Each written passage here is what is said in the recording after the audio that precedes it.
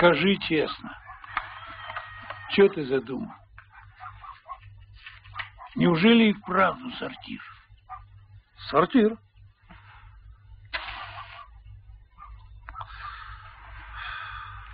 Шесть на 8. Это ж с ума сойти.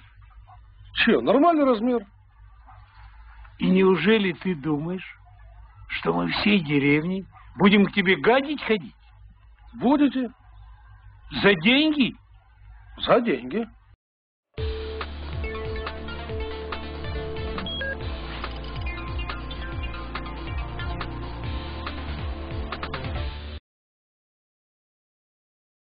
В городе с наступлением холодов довольно-таки щекотливый туалетный вопрос становится актуальным. Особенную остроту эта проблема обретает для жителей деревянного фонда Якутска. Кроме того, в столице всегда не хватало общественных туалетов. Многие люди, в первую очередь мужчины, вовсе ходят справлять нужду по домам, благо сваи позволяют. Насколько это приемлемо для города с численностью населения свыше 300 тысяч человек – большой вопрос. Журналисты телеканала Якутск ТВ, интернет-газеты Якутия-Инфо постарались разобраться в ситуации.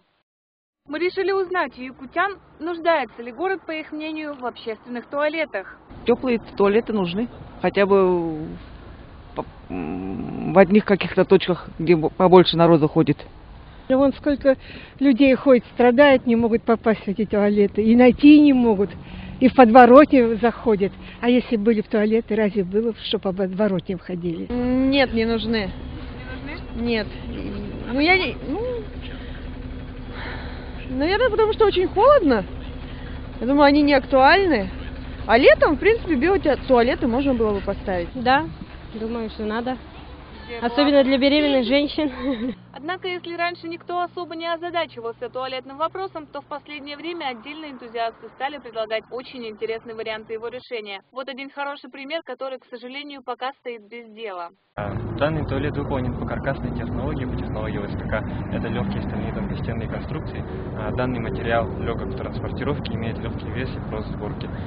То есть мы можем его транспортировать практически неограниченное количество раз при помощи обычного манипулятора. Нам не надо привлекать, допустим, краны, да? Это очень удобно, то есть мы можем собирать туалеты в одной части города и перевозить их по всему городу, получается, да? Также внутри имеется накопительная емкость объемом от 0,7 до 1 кубического метра, в которой хранится холодная вода. Далее вода по трубопроводам поступает в водонагреватель, в котором нагревается до необходимой температуры. Таким образом, в туалете есть вода как холодная, так и горячая для мытья рук, для гигиенических процедур. Также есть туалет со сливным бачком и гидрозатвором, такой же обычный, как стоит в любой квартире. Туалет утеплен, то есть подготовлен для якутской зимы. Имеется септики пенополиуретанового утепления, в самом верхней части это пенополистирол и изовер. Также имеются электрические конвекторы суммарной мощностью 6 киловатт, которых достаточно для отопления.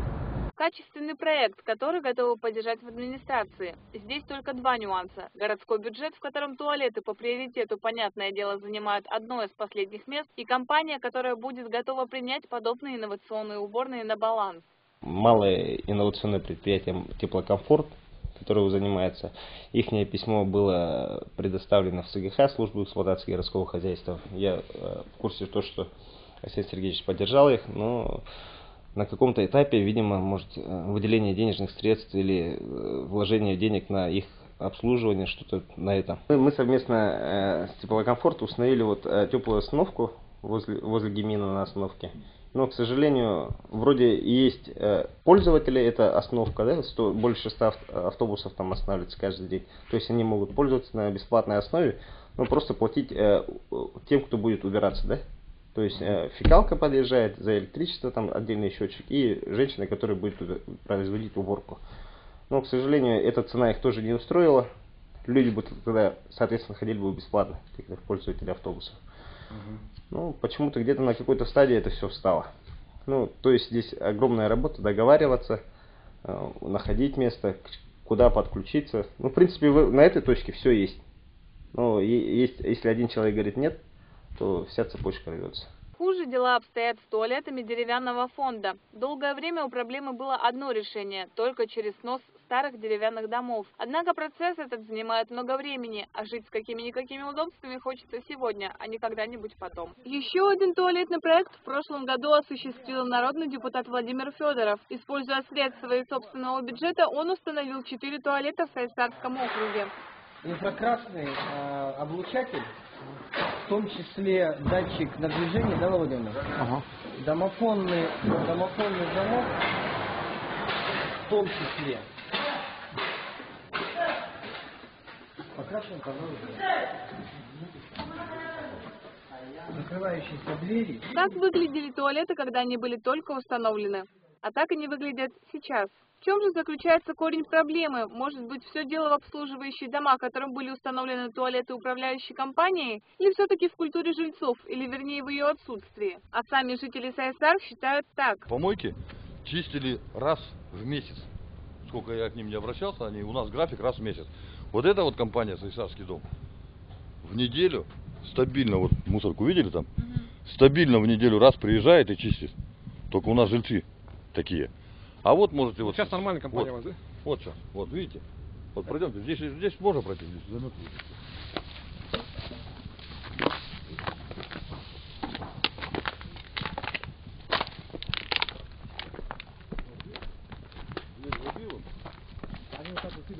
Да. А вот тут, видите, вот мы сейчас сегодня вот утеплили бойлерка. Вот она, ее можно снять. Вот мы ее только утеплили. А все это разгребали кто? Наши дворники. А кому охота в таком, извините меня, дерьме ковыряться? Также и туалет вот поставили. Он полгода у нас стоял нормально, работал, все. Потом, ну люди сами знаете какие. До дырки дойти лень. Где сел, там и сложил. Тем не менее, это туалет, находящийся по улице Притузова. Жильцы воспринимают его как свою частную собственность, соответственно, относятся к нему более аккуратно. Посторонние у нас не ходят. Коды у всех жителей Она у нас есть. Староста, и я, в общем-то, слежу. Я всех предупредила. Да. Убирать, говорю, их никто не будет, потому что эти туалеты для нас, для жильцов поставят.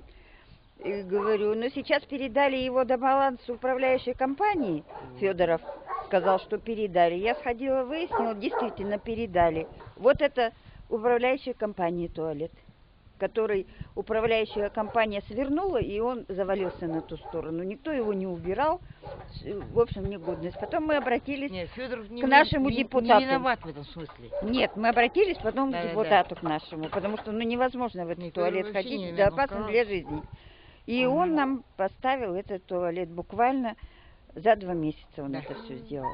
Он поставил, всем коды дали. Открытие было, да? Да. Было открытие. И интервью, и все давали ему. Да. И вот мы, поэтому я жителям сказала, никаким знакомым, никаким посторонним людям этот туалет не давать. Здесь строго, вот кто здесь вот живет вот в этих домах, только для нас. Также мы обратились к представителям управы Сайсарского округа, где нам постарались объяснить сложившуюся ситуацию. На Притузова 10 мы там, управляющая компания, в хорошем состоянии туалет. Правда, люди сломали замок, управляющая компания восстановила замок кодовый там. А с этими туалетами, конечно, будем. Здесь больше проходимость. Там вот 2-3 дома пользуются, оно хорошо. А здесь большая проходимость. Замки, ладно, бог с ними, не успеем. Их не успеешь просто делать постоянно. Но заложки, конечно, управляющая компания должна. И чистить, они за это деньги оплачивают люди. Ну, то есть есть хороший пример, когда управляющая компания убирает, да и жильцы... Конечно. Вот просто единственное, Лонгинова 25, у нас там большая проходимость народа. Там общежитие. И там живет, там 4 общежития. И вот представляете, в общежитиях по 38 комнат. Там большая проходимость. Плюс остановка автобусная. Из всего изложенного напрашиваются следующие выводы. Во-первых, общественные туалеты городу определенно нужны. И понимание того, что людям необходимы такие удобства, должно появиться в первую очередь у властей. Даже если в городе будут снесены все деревяшки, потребность в доступных отхожих местах все равно сохранится. У нас единственный город, по-моему, на планете, который уличных туалетов не имеет платных на всей планете. Вообще нонсенс. Это самая актуальная тема для жителей, которые все время ходят в одежде в теплой. Это все время, которые стараются как-то меньше время провести на улице, потому что быстрее там до дома, до работы и так далее и тому подобное. Ну, давайте мы это сделаем, решим, и это реально. Следовательно, задача чиновников создать такие условия, при которых туалетных дел мастера вроде вышеперечисленных могли бы приносить пользу городу, чтобы объекты, которые они строят и вводят, не оставались красивыми, удобными, но бесполезными конструкциями. Кроме того, постепенно у людей должна сформироваться культура бережного к ним отношения. Ее отсутствие следует решать в том числе и методом кнута, то есть с помощью тех же штрафов за порчу имущества. В любом случае решение ситуации есть, была бы воля. Как говорится, слабые ищут оправдания, сильные ищут возможности.